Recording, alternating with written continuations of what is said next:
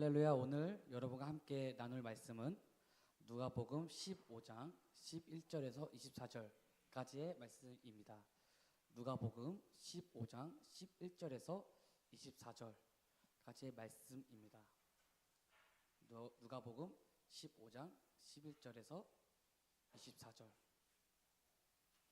다 찾으셨으면 한 절씩 서로 교독하시겠습니다. 또 이르시되 어떤 사람에게 두 아들이 있는데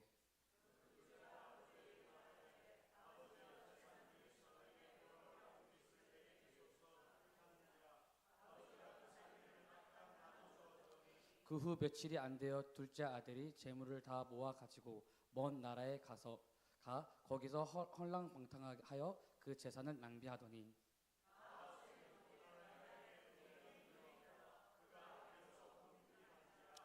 가서 그 나라 백성 중 한 사람에게 붙여 사니 그가 그를 들로 보내어 돼지를 치게 하였는데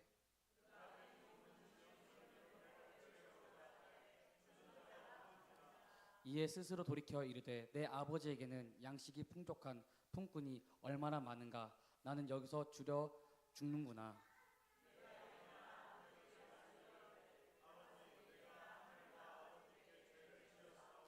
지금부터는 아버지의 아들이라 일컬음을 감당하지 못하겠나이다. 나를 품꾼의 하나로 보소서 하리라 하고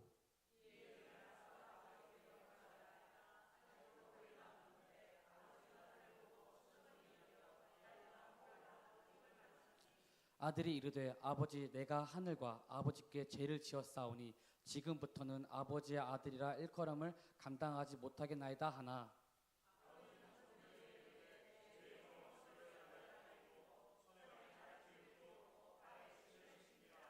그리고 살찐 송아지를 끌어다가 잡으라. 우리가 먹고 즐기자.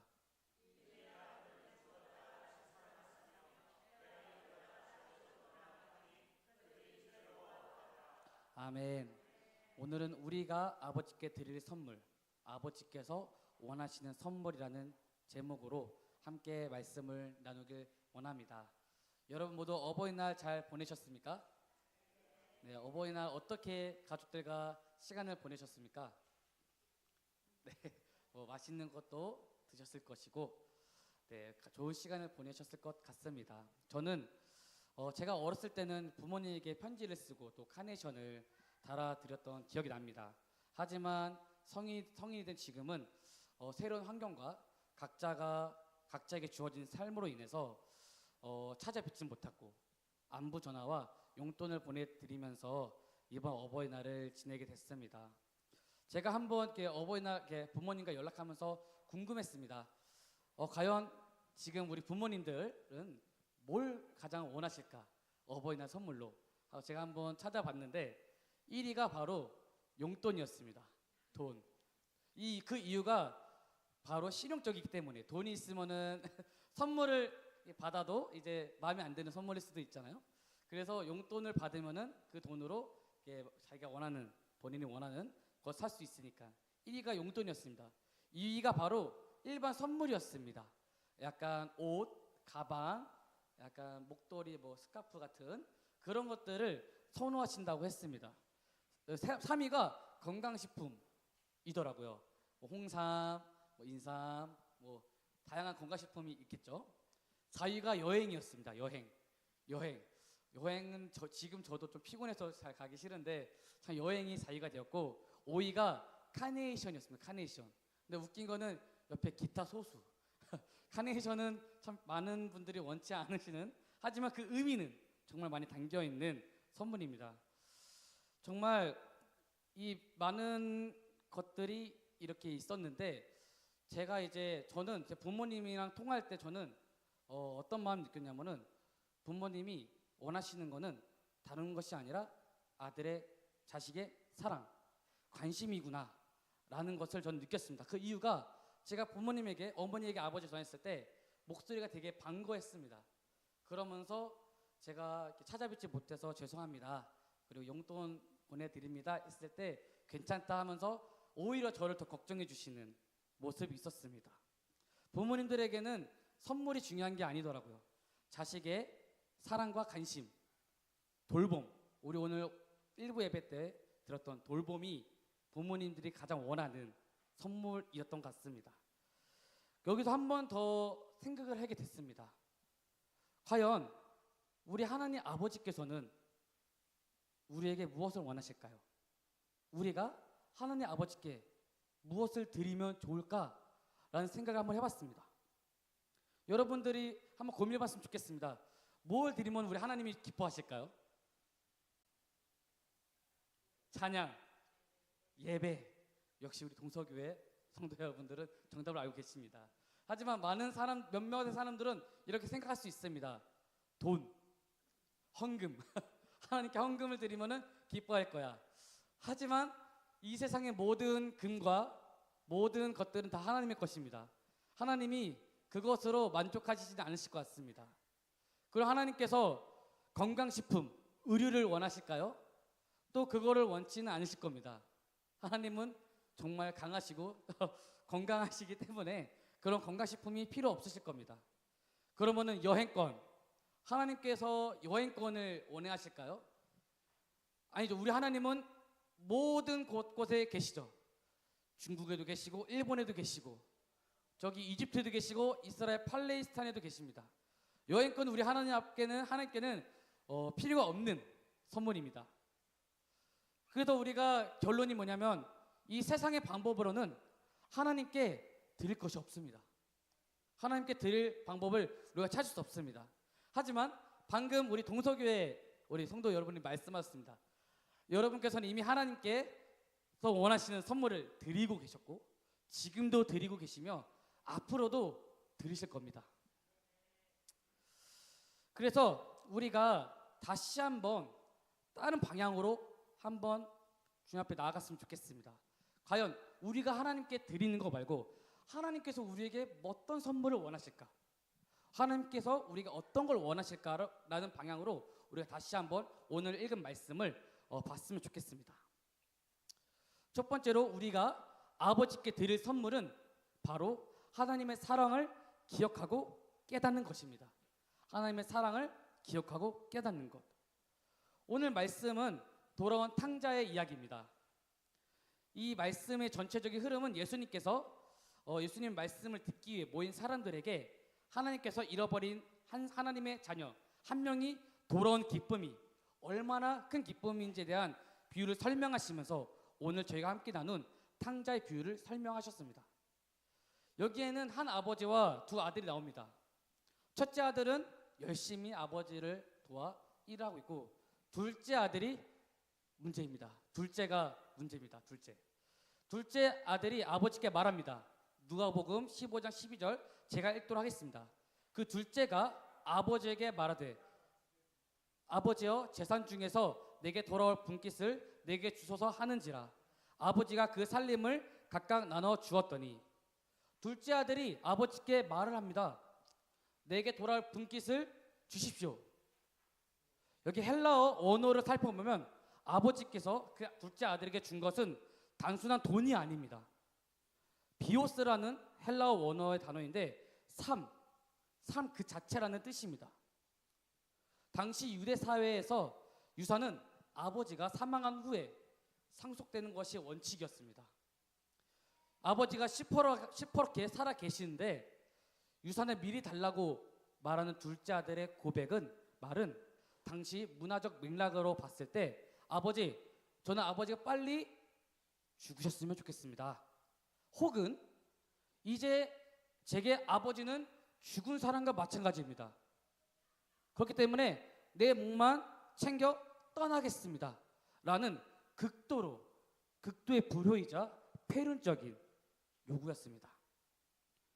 그리고 당시 유대 사회에서 보면은 보통 유상을 미리 증여하더라도 아버지가 살아있는 동안에는 그 재산을 처분할 수가 없습니다.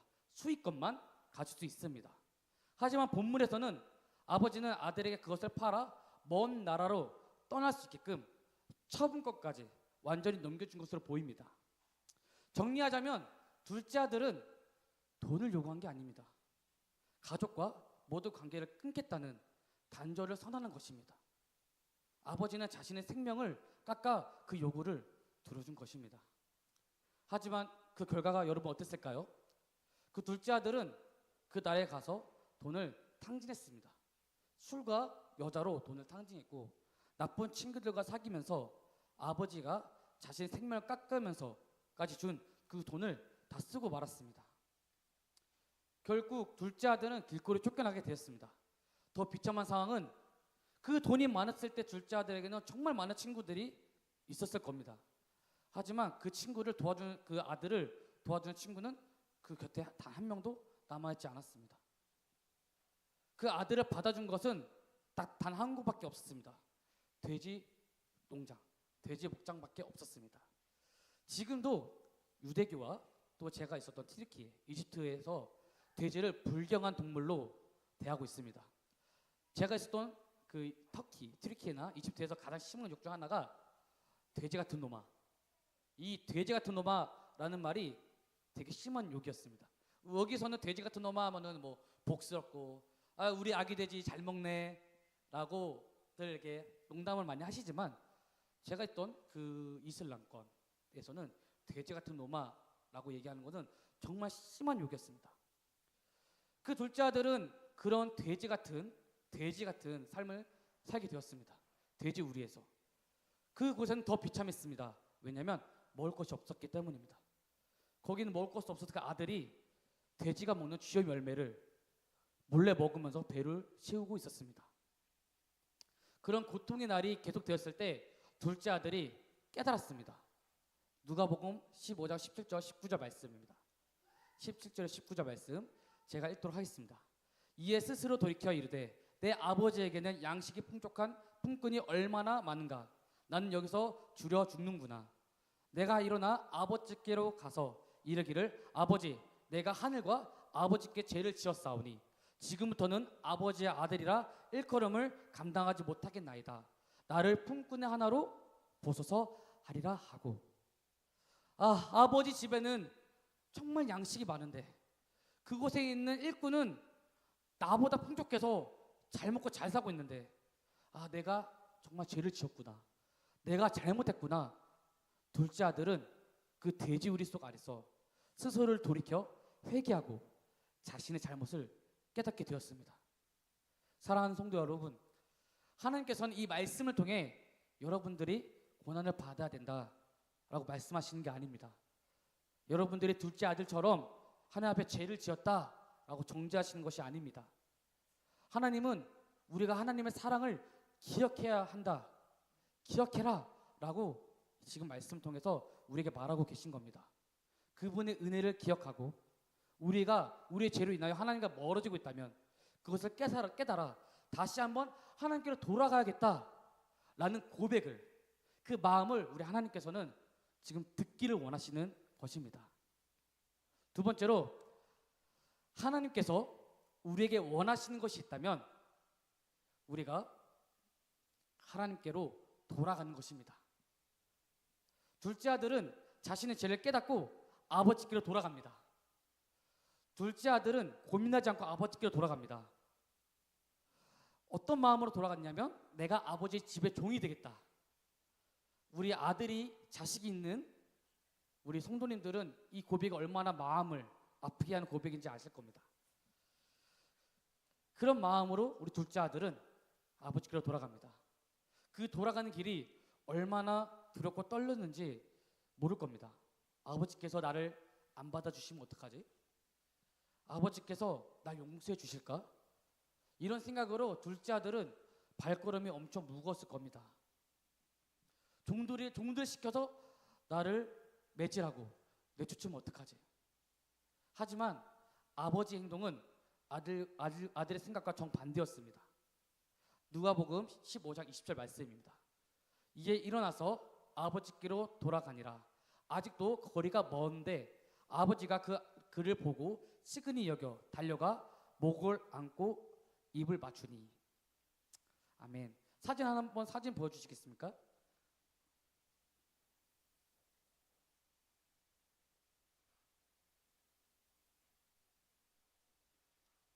네, 돌아가는 모습입니다. 그 다음이요. 네, 당시 유대의 복장은 제가 정확히 알 수는 없습니다. 알 수 없지만 그 복장이 지금 그대로 유대 지방과 이슬람 문화권, 그런 아랍 문화권에서는 내려오고 있습니다. 저렇게 긴 복장을 입고 그들은 살아가고 있었습니다. 다음 사진이요. 네, 제가 터키에 있을 때 입었던 복장입니다. 저렇게 긴 치마를 입고, 네, 저는 이렇게 하루 매일매일 산 건 아니고요. 저게 제가 입은 복장이 바로 그 옛날 전통 유대 복장과 비슷한 복장입니다. 제가 딱 튀르키예에 도착했을 때였습니다. 2달도 안 되었었는데요. 살짝 무릎까지 올라오는 반바지를 입고 저는 도서관으로 가고 있었습니다. 근데 지나가는 길에 할아버지들만 계시는 카페에 제가 지나가게 됐는데 어떤 한 할아버지께서 저보고 하람 하면서 꾸짖으시면서 화를 내시는 거예요. 하람. 이 하람이라는 단어는 뭐냐면 불경스럽다, 더럽다, 불경하다 라는 뜻입니다. 저는 이 말을 들었을 때 그때 이후로 지금까지도 그 충격에 가시지 않습니다. 그래서 지금도 반바지는 집안에서는 입습니다. 하지만 반바지를 입고 학교에 간다든지 반바지를 입고 동네를 돌아다닌다든지 친구를 만난다든지 그렇게 못하겠더라고요. 지금까지도. 왜냐면은 뭐 제가 터키와 그런 이집트에 3년 반 동안 사는 것도 있었지만 그 무릎까지 보인다는 것이 그들에게 얼마나 큰 수치가 되는지를 알게 된 이상 이것이 제 몸에 배었고 지금도 그 반바지를 입고 다니는 게 불편합니다. 하지만 제가 이 흰 옷을 입고 한번 뛰어봤습니다. 왜냐면은 제가 우리 시리아 친구들에게도 이 말씀을 가지고 설교를 했었는데 한번 뛰어봤습니다. 근데 저 복장으로 뛰려면은 무릎을 보일 수밖에 없습니다. 치마를 아래부터 올려가지고 무릎까지 드러나야지 비로소 뛸 수 있었습니다. 여기서 우리는 알 수 있습니다. 무엇을 알 수 있습니까? 아버지는 그런 부끄러움 따위는 중요하지 않았습니다. 아버지는 멀리서 아들이 보이는 순간 주변에 누가 보든 상관없이 옷을 올리고 아들을 위해 뛰어 달려갔습니다. 아들이 돌아오는 것을 본 순간 아버지가 가장 중요한 것은 아들이었습니다. 그리고 한 번 더 우리가 알았으면 좋겠는 건 아버지는 아들이 떠난 이후로 계속 그 아들을 기다리고 계셨습니다. 아들이 떠나고 얼마 시간이 지난지 우리는 알 수 없습니다. 말씀에서 그것은 알 수 없지만 아들이 가져간 돈은 단순한 용돈이 아니었습니다. 가문의 사업체 중 일부를 현금화해서 가지고 갔습니다. 여러 성경 경제학자들의 추론을 종합하면은 당시 중상류층 지주의 재산 규모를 고려할 때 탕자가 가져간 재산은 오늘날 기준으로 수억 원 혹은 수십억 원에 달한다고 보고 있습니다. 그 많은 돈을 가져간 아들은 정말 억을 얼마만큼의 우리가 쓸지는 모르겠습니다. 억을 가져본 적이 없어서. 하지만 정말 오래 걸릴 겁니다. 그 오래 걸리는 시간 동안 아버지는 하루도 빠짐없이 아들을 기다리고 계셨습니다. 아들이 혹시나 돌아올까봐 매일 그 아들이 떠났던 그 길을 그대로 바라보시면서 아들을 기다리고 있었습니다. 그렇기 때문에 아들이 멀리서 돌아오고 있었을 때 누구인지 모르지만 아버지는 단숨에 알 수 있었습니다. 왜냐하면 하루도 빠짐없이 그 길을 돌아보고 계셨기 때문입니다. 그 이후에는 모두가 잘 아시는 것처럼 아들에게 새 옷을 입히고 가장 귀한 것으로 아들을 위해 잔치를 베풀어 줍니다. 아버지가 아들에게 원하는 것이 무엇이었을까요? 탕진한 재산을 돌려받는 것? 아니면 잘못했다고 싹싹 비는 모습을 보는 것? 속상한 만큼 돈을 쓴 만큼 일을 시키는 것? 과연 아버지께서 아들에게 원하셨던 모습은 이것들이었을까요? 아버지께서 원하셨던 모습은 바로 아들이 아버지의 사랑을 기억하고 깨달아 그 품에 다시 돌아오는 것을 그 아버지는 원했습니다. 그 아들이 돌아왔을 때 그것이 그 아버지에게 최고의 선물이 되었습니다. 그리고 최고의 기쁨이 되었습니다. 성도 여러분, 우리가 다시 한번 오늘 나눈 두 가지의 마음을 마음에 새겼으면 좋겠습니다. 첫째는 우리가 하나님께 드릴 선물은 아버지의 사랑을 기억하고 우리의 죄를 깨닫고 돌이키는 마음을 품는 것입니다. 아버지는 아들의 폐륜적인 요구에도 자신의 삶을 깎아 내어주는 그런 결단을 하게 되었습니다.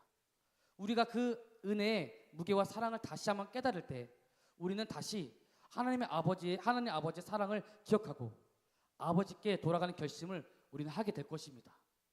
두 번째로 그 사랑을 깨달았다면 이제 망설임 없이 다시 아버지 품으로 돌아가길 원합니다.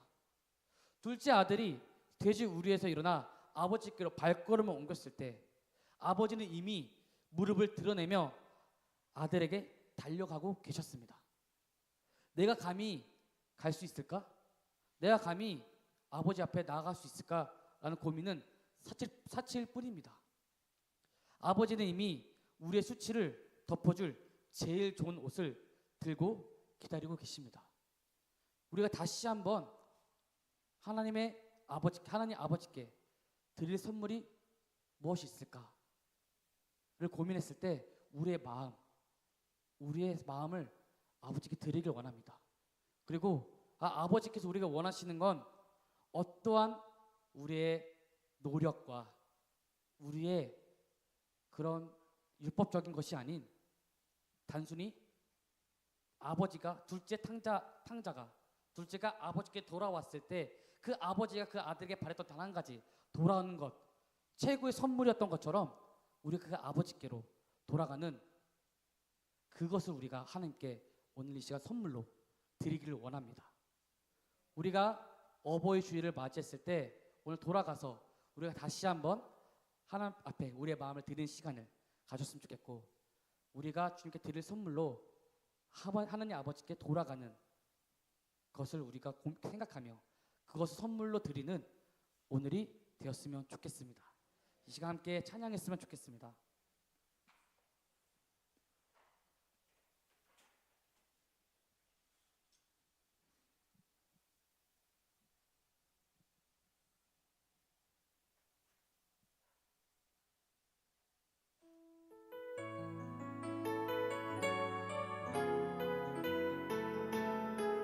우리가 찬양 고백할 때 우리의 마음을 주께 드리고 하나님께 선물로 드린다는 마음으로 함께 고백했으면 좋겠습니다.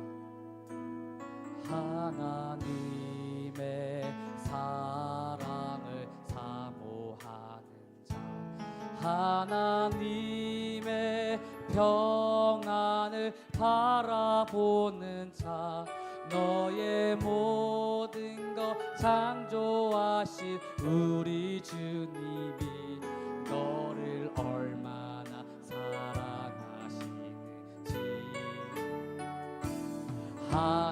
하나님께 찬양과 경배하는 자 하나님의 선하심을 닮아가는 자 너의 모든 것 창조하신 우리 주님이 너를 자녀 삼으셨네. 하나님 사랑의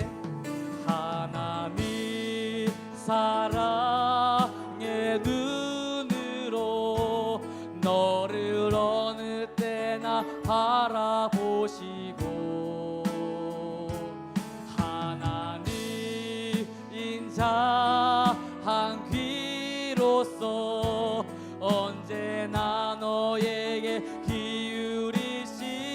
기울이시니 어두움에 밝은 빛을 비춰주시고 너의 작은 신음에도 응답하시니 너는 어느 곳에 있든지 주를 향하고 주만 바라. 다시 한번 고백하기 원합니다. 하나님의 사랑을 사모하는 자 하나님의 평안을 바라보는 자 너의 모든 것 창조하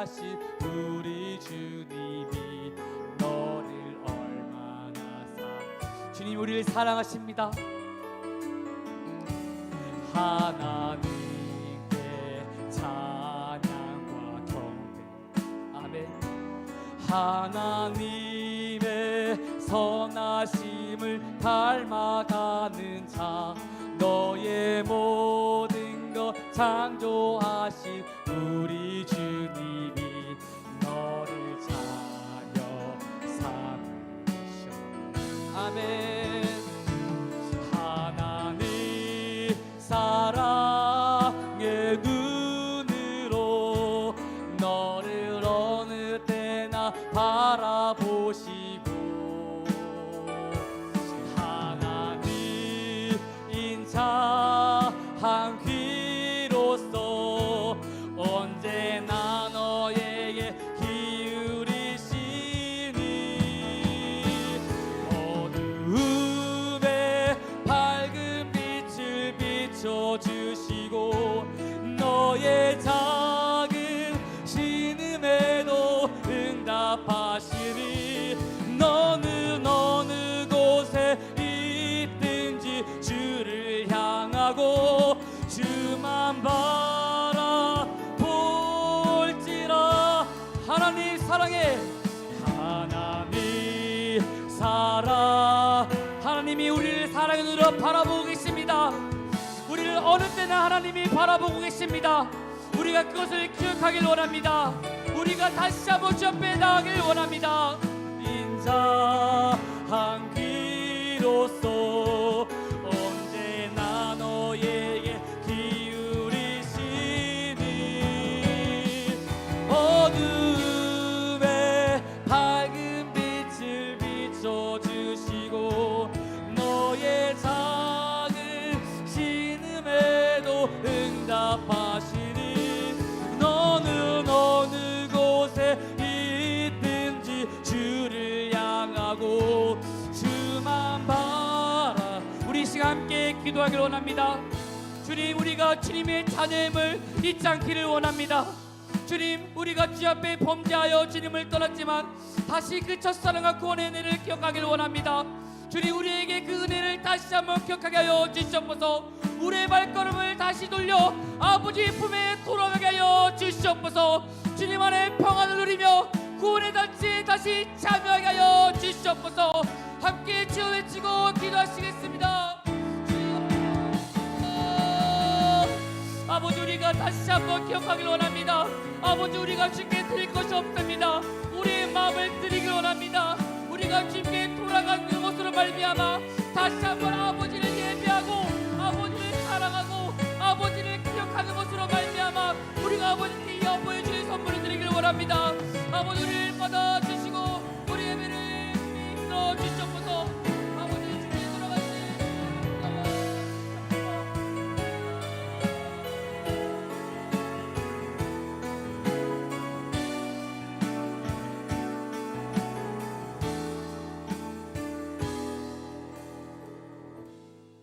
우리의 가장 좋으신 아버지 하나님, 하나님이 아버지 되어 주시기에 우리는 그 아버지 안에서 만족을 누리고 기쁨을 경험하며 회복을 체험할 수 있게 되었는 줄로 믿습니다.